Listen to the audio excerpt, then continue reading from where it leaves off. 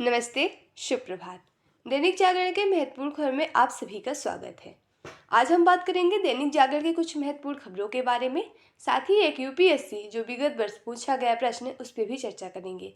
याद रखिएगा, दैनिक जागरण का राष्ट्रीय संस्करण है जिसमें आप लोग को वही खबरें मिलेंगी जो आपके परीक्षा के पॉइंट व्यू से इंपॉर्टेंट होगी। आशा करती हूँ कि आप लोग को यह खबर अच्छी लगे। अगर खबर अच्छी लगे तो कृपया चैनल को लाइक शेयर सब्सक्राइब जरूर करें। धन्यवाद। तो चलिए देखते हैं आज की क्या खास खबरें हैं, उन्हें क्या करके देख लेते हैं। खबर की तरफ आगे बढ़ने से पहले हम प्रश्न को देखेंगे, उसके बाद हम खबरों को एक एक करके देख लेंगे। तो चलिए देखते हैं आज का प्रश्न क्या है। ये सिविल सेवा परीक्षा विगत 10/2016 का प्रश्न है। प्रश्न है, समाचार निम्नलिखित युग्मों पर विचार कीजिए। समाचार में कभी कभी उल्लेखित समुदाय कुर्क बांग्लादेश, मत्स्य नेपाल, रोहिंग्या म्यांमार। उपयुक्त युग्म में से कौन सा सही सुमेलित थे, उसका आंसर आप लोग कमेंट बॉक्स में जरूर बताएं। पहला दिया है विकल्प केवल 1 और 2, दूसरा है केवल 2, तीसरा है 2 और 3, चौथा है केवल 3। तो आप लोग से अनुरोध है कि आप लोग इसका आंसर कमेंट बॉक्स में जरूर बताएं और इस क्वेश्चन का पूर्ण एनालाइज हम वीडियो के लास्ट में जरूर करेंगे। तो अगर आप लोग को इसकी पूरी जानकारी चाहिए तो आप लोग वीडियो को लास्ट तक जरूर देखें। तो चलिए देखते हैं आज की क्या खास खबरें, हम उन्हें एक एक करके देख लेते हैं। आनंद उत्सव में डूबी रामनगरी प्राण प्रतिष्ठा अनुष्ठान प्रारंभ। आपको बता दें 22 जनवरी को होने वाला है ना रामलला की प्राण प्रतिष्ठा, उसी की तैयारियां चल रही हैं।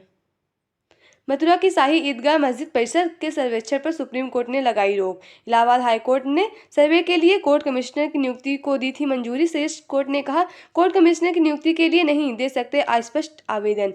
साथ ही स्पष्ट किया कि विवाद से जुड़े मामलों की हाई कोर्ट की जारी रहेगी सुनवाई। मस्जिद समिति ने यह दलील की है। मस्जिद समिति ने इस आधार पर याचिका खारिज करने का अनुरोध किया है कि यह मुकदमा प्रार्थना स्थल अधिनियम 1991 द्वारा वर्जित है, जो धार्मिक स्थलों के स्वरूप में बदलाव पर रोक लगाता है। शाही ईदगाह मस्जिद प्रारंभ समिति के अन्य अधिवक्ता मोहम्मद प्रचार ने कहा है कि इलाहाबाद कोर्ट के आदेश पर रोक से ज़्यादा महत्वपूर्ण है।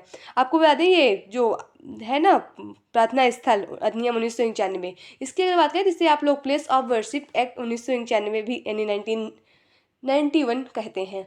1991 में लागू किया गया यह प्लेस ऑफ वर्शिप एक्ट कहता है कि 15 अगस्त 1947 से पहले अस्तित्व में आए किसी दूसरे धर्म के पूजा स्थल में नहीं किसी दूसरे धर्म के पूजा स्थल में नहीं कोई बदलाव नहीं किया जाएगा। अगर ऐसा इस एक्ट का कोई उल्लंघन करने की प्रयास भी करता है तो उसे जुर्माना और 3 साल की जेल भी हो सकती है। लेकिन आजकल देख रहे हैं इस एक्ट को भी चुनौती दी जा रही है। कर से मुक्त हो सकती है 8 लाख तक की आय। नई प्रणाली में 50,000 रुपए तक की और छूट मिलने की उम्मीद। अंतरिम बजट में किया जा सकता है ऐलान। अभी छूट को मिलाकर 7.5 लाख तक की आय पर नहीं लगता था कोई टैक्स। आपको बता दें ना 31 जनवरी को आने वाला है बजट, उसी की बातें हो रही हैं। यहाँ राष्ट्रीय राजधानी दिल्ली से जुड़ी खबरें मिलेंगी।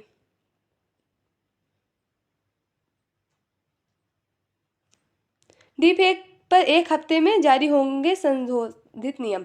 आपको याद है डीपीएक का मतलब है कि किसी दूसरे का चेहरा और किसी दूसरे का चेहरा लगा के एडिटिंग कर देते हैं। आप देख रहे हैं ना कि आजकल बहुत ये सब फैल रहा है। टेक्नोलॉजी इतनी आगे बढ़ रही है कि लोगों को इससे बहुत नुकसान भी हो रहा है, तो इससे आप लोग थोड़ा बच के रहिए। इलेक्ट्रॉनिक्स और सूचना प्रौद्योगिकी राज्य मंत्री राजीव चंद्रशेखर ने कहा कि अगले 7-8 दिनों में नए संशोधित आईटी नियम जारी किए जाएंगे। आपको याद है अभी कुछ महीने पहले एक अभिनेत्री का भी वीडियो वायरल हुआ था, उसमें भी बहुत चर्चा हुई थी। डिजिटल क्रांति में भारत लिख रहा है सफलता की गाथा। प्रति व्यक्ति डाटा खपत के मामले में भारत दुनिया का अग्रणी देश है। एनडीए ने मनाया 75 साल का सैन्य गौरव जश्न। एनडीए ऐसा संस्थान है जहां पत्थर को हीरे में बदला जाता है, सीडीएस अनिल चौहान जी कह रहे हैं। और एनडीए मतलब राष्ट्रीय रक्षा एकेडमी की बात हो रही है। अब यहाँ आप लोगों को राजनीति से जुड़ी खबरें मिलेंगी। अब आपको बता दें ना 2024 में लोकसभा का चुनाव होने वाला है, उसी की तैयारियां चल रही हैं। और लोकसभा में टोटल 543 सीटें हैं। इसके सदस्य बनने के लिए आपकी उम्र 25 वर्ष होनी चाहिए। लोकसभा का चुनाव प्रत्यक्ष प्रणाली से होता है, प्रत्यक्ष तरीके से, जिसमें जनता स्वयं भागीदार होकर अपनी सरकार चुनती है। और अप्रत्यक्ष प्रणाली की बात करें जिसमें जनता अपने प्रतिनिधियों को चुनकर सरकार प्रतिनिधियों को चुनती है, उनके जो प्रतिनिधि होते हैं वो सरकार को चुनते हैं, वही है अप्रत्यक्ष प्रणाली, जिसमें जनता स्वयं भागीदार नहीं होती है। और आपको याद है लोकसभा का जो चुनाव कराता है कौन है, तो ये भारतीय निर्वाचन आयोग, इसे इलेक्शन कमीशन ऑफ इंडिया कहते हैं। आप लोग इसे आम भाषा में चुनाव आयोग भी कहते हैं। इसकी स्थापना 25 जनवरी 1950 को हुई थी, जिस दिन आप लोग मतदाता दिवस भी मनाते हैं। तो इन सब जो संस्थाएं, इन लोग के बारे में जरूर आप लोग याद रखिए। अब देख रहे हैं ना कि सभी जो नेता दल हैं, सभी से ये वादा कर रहे हैं कि मेरी सरकार आएगी तो वो करेंगे। अब सब देख रहे हैं कि गठबंधन बन रहे हैं, टूट रहे हैं। और यहाँ आप लोग को राम मंदिर से जुड़ी कुछ तथ्य मिल जाएंगे। बस हम लोग 36 लाख भक्तों से बुने वस्त्र धारण करेंगे श्री राम। अब देख रहे हैं अयोध्या में 22 जनवरी को है ना श्री राम लला की प्राण प्रतिष्ठा, उसी की तैयारियां चल रही हैं। आपको बता दें प्राण प्रतिष्ठा तो 22 जनवरी को है। इसके पूर्व के कुछ महत्वपूर्ण तथ्यों की अगर बात करें, उनके बारे में चर्चा करें, तो राम मंदिर का जो शिलान्यास हुआ था वो 5 अगस्त 2020 को हुआ था। और मंदिर की देख रेख की बात करें तो श्री राम जन्मभूमि तीर्थ क्षेत्र ट्रस्ट के पास है। और मंदिर में जो प्रयुक्त पत्थर है वो मकराना पत्थर का प्रयोग किया गया है, जो राजस्थान में पाए जाते हैं। और मंदिर की शैली की बात करें तो नागर शैली प्रयुक्त हुई है। मंदिर बनी है उसके वास्तुकार की बात करें, चंद्रकांत सोमपुरा बनवाए हैं। ये मतलब उनके वास्तुकला से ये बनाई गई है, वही मतलब इसकी डिजाइन करते हैं मंदिर के। और अयोध्या का पूरा नाम की बात करें, मतलब पुराना नाम, सॉरी, अयोध्या के पुराने नाम की बात करें तो साकेत नगर इसका पुराना नाम था। अब अयोध्या की बात आ ही गई है तो इसकी भी बात कर लेते हैं। तो यह देश देख लेते हैं कि ये कहाँ स्थित है। उत्तर प्रदेश राज्य में सरयू नदी के तट पर स्थित एक शहर है। और यूपी की लखनऊ इसकी राजधानी है। सीएम इसके योगी आदित्यनाथ है और राज्यपाल आनंदीबेन पटेल है। सीटों की संख्या की बात करें तो 80 सीटें लोकसभा में और 31 सीटें राज्यसभा में। विधानसभा में 403, और यहाँ आपको विधान परिषद भी देखने को मिलेगा जिसमें 100 सीटें हैं। अब आप लोग से एक क्वेश्चन मेरा है कि किन किन राज्यों में, भारत के किन किन राज्यों में विधानसभा की सीटें पाई जाती हैं, और ये टोटल 6 राज्यों में पाई जाती हैं। तो आप लोग से अनुरोध है कि आप उन 6 राज्यों का नाम कमेंट बॉक्स में जरूर लिखें। और अगर सीमा की बात करें उत्तर प्रदेश की, तो इसकी सीमा 7 राज्य और एक केंद्र शासित प्रदेश से लगती है। राज्यों की बात करें उत्तराखंड, हरियाणा, राजस्थान, मध्य प्रदेश, छत्तीसगढ़, बिहार, झारखंड से लगती है। और केंद्र शासित प्रदेश दिल्ली से लगती है। प्राण प्रतिष्ठा 11 वर्ष की उम्र में अरुण योगीराज ने गढ़ी पहली मूर्ति। अब आपको बता देना योगीराज द्वारा बनाई गई मूर्ति ही की प्राण प्रतिष्ठा होगी ना, उन्हीं की चर्चा हो रही है। राजस्थान में जल जीवन मिशन घोटाले में ईडी की छापामारी। गहलोत सरकार में मंत्री रहे महेश जोशी के घर पर की गई जांच। ईडी की अगर बात करें तो यह एक कानून प्रवर्तन और खुफिया एजेंसी है जिसकी स्थापना 1 मई 1956 में हुई थी। इसका मुख्यालय नई दिल्ली में है और यह राजस्व एवं वित्त मंत्रालय के अधीन कार्य करता है। इसे आप लोग याद रखिए। और यह आप लोग का संपादकीय पात्र है। यहाँ आप लोग के लिए प्रीलिम्स, मेंस, इंटरव्यू, अन्य प्रतियोगी परीक्षा से जुड़ी खबरें मिलेंगी, तो इसे आप लोग जरूर पढ़िए। खुला है कानूनों का दुरुपयोग का रास्ता। भारतीय न्याय संहिता पर विचार करते समय कानूनों का स्त्री या पुरुष यानी सबके लिए समान करने का जो अवसर है उसे गवा दिया गया है। 1905 में सुशील कुमार बनाम यूनियन ऑफ इंडिया केस में सुप्रीम कोर्ट ने धारा 498 का दुरुपयोग को कानूनी आतंकवाद की संज्ञा दी थी। अब देख रहे हैं जो नए कानून है ना, उन्हीं की चर्चा हो रही है। धरती की चुनौतियों को साधेगी पृथ्वी योजना। पिछले दिनों केंद्र सरकार ने करीब 4.5 करोड़ रुपए की पृथ्वी योजना को मंजूरी दी है। इस कार्यान्वयन की अवधि 2026 तक होगी। इस योजना के जरिए भारत ने इस धरती के वर्तमान और भविष्य को संरक्षित करने की दिशा में एक महत्वपूर्ण पहल की है। इससे भावी पीढ़ियों को धरती की जटिलताओं के समझने और उनके अनुरूप योजनाओं का प्रबंधन करने तथा जलवायु और पर्यावरणीय चुनौतियों से निपटने के उल्लेखनीय मदद मिलेगी। इसका फायदा सिर्फ भारत को ही नहीं बल्कि पूरे विश्व को भी हो सकता है। नई पीढ़ी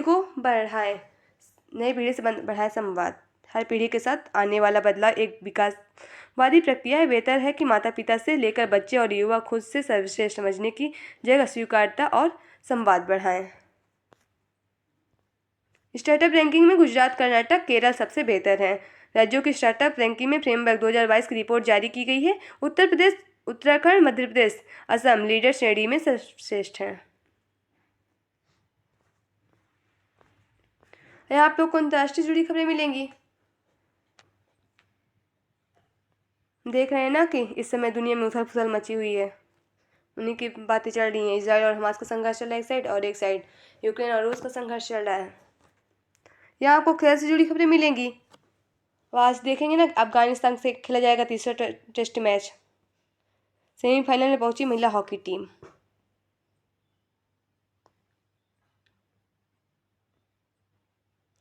यहाँ आप लोग को जनरल नॉलेज से जुड़ी और आपके परीक्षा के पॉइंट व्यू से बहुत ही इंपॉर्टेंट खबरें मिलेंगी, जिससे आप लोग जरूर पढ़िए।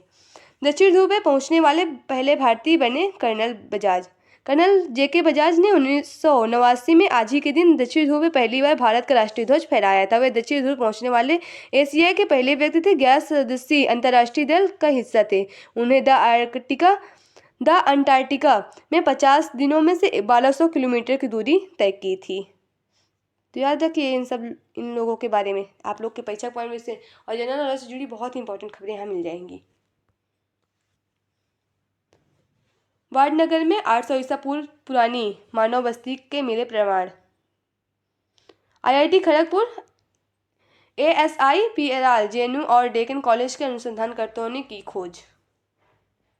भारतीय प्रौद्योगिकी अनुसंधान यानी IIT खड़गपुर, भारतीय पुरातत्व सर्वेक्षण SI, भौतिक अनुसंधान प्रयोगशाला PIL, जवाहरलाल नेहरू विश्वविद्यालय JNU और डेक्कन कॉलेज के अनुसंधानकर्ताओं गुजरात के वाडनगर में 800 ईसा पूर्व के पुरानी मानव बस्ती के प्रमाण खोजे हैं। तो यहाँ आप लोग को मूवी से जुड़ी खबरें मिलेंगी, अगर इंटरेस्ट हो तो पढ़िए, ना हो तो कोई बात ही नहीं।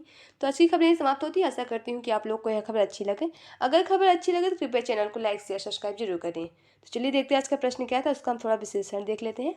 आज का प्रश्न था, निम्नलिखित युग्मों पर विचार कीजिए। समाचारों में कभी कभी उल्लेखित समुदाय है कुर्ग बांग्लादेश, मधेसी नेपाल, रोहिंग्या म्यांमार। तो इसका सही जवाब होगा ऑप्शन सी यानी 2 और 3। तो चलिए इसका विश्लेषण देख लेते हैं। पहले हम देखते हैं कुर्ग समुदाय कहाँ पाया जाता है। कुर्ग एक ईरान जाति समूह है जो पश्चिमी एशिया के एक पहाड़ी क्षेत्र के मूल निवासी हैं, जिसे कुर्दिस्तान के रूप में जाना जाता है, जो दक्षिण पूर्वी तुर्की, उत्तर पश्चिमी ईरान, उत्तरी इराक और उत्तरी सीरिया तक फैला हुआ है। इसीलिए यह कुर्ग बांग्लादेश में नहीं, इसलिए ऑप्शन ए गलत आंसर है। चलिए और देखते हैं। मधेसी शब्द का प्रयोग नेपाल के तराई क्षेत्र में रहने वाले भारतीय वंश के लोगों के लिए शिक्षाविदों द्वारा किया जाता था और इसमें विभिन्न सांस्कृतिक समुदाय जैसे हिंदू जाति समूह, मुस्लिम व्यापारी और तराई के स्थानीय लोग शामिल हैं। और रोहिंग्या की बात करें, रोहिंग्या लोग राज्यविहीन इंडो आर्यन जाति समूह है जो मनुष्य रूप से मुस्लिम धर्म का अनुसरण करते हैं तथा इसमें अल्पसंख्यक हिंदू भी शामिल हैं और ये म्यांमार के रखाइन राज्य में रहते हैं। तो आशा करती हूँ कि आप लोग को यह खबर अच्छी लगी। अगर खबर अच्छी लगे तो कृपया चैनल को लाइक शेयर सब्सक्राइब जरूर करें। तो आज की खबरें ये समाप्त होती हैं। धन्यवाद।